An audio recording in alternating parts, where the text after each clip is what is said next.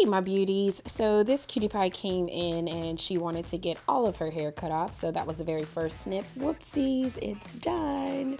So what she wanted was a very blunt cut in the back with in the front and elevation in the back. And so I started off with doing the elevation towards the back, and this is just kind of like midway into me somewhat finishing up the cut and doing some refining. So this I'd already started, so this is kind of midway through it, but I still wanted to do this point of view cutting video just so you can kind of see what I did. And I will say, although I enjoy cutting, coloring is still my baby, but it's always good when you can have the two, right? So what I started to do was do the elevation in the back and then come around to the front and leave it more blunt. And so I have to blend the two, which is where this video is basically going to show you me cleaning up, finishing up the side, and then blending the two so that it blends together very well.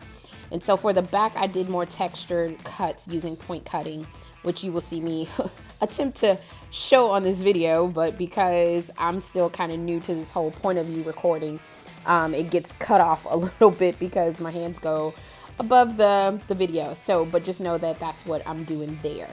And so she was really enjoying like kind of seeing the process, and she was asking a little bit of questions like, why are you pointing your fingers that way? Are your shears that way? Aren't you going to cut off your fingers? And it's like, no, not really, maybe, but not this time. I don't think. I'm hoping that I don't. And so this is me just kind of blending the back with the front. I kind of do things a little bit unorthodox, I think. I learn all the rules and then I break them along the way, which is basically what you will see me doing. If you are a professional hairstylist, you would definitely know that I'm cutting corners in a lot of aspects, but still coming to the final conclusion of what I really wanted. And so I had her turn her head down just so I can clean up this bottom line, and make sure that we have that very hard base at the bottom. Also, you would see a lot of the lines from where I cut in the beginning, and I do go back and use my thinning shears. Oh gosh, tongue twister. Use my thinning shears to blend out those lines so that way it's not so much of a hard cut. And at the end of the day, she enjoyed the cut and she is loving her new do, and we cut off some inches. And that is that. So enjoy the rest of the video.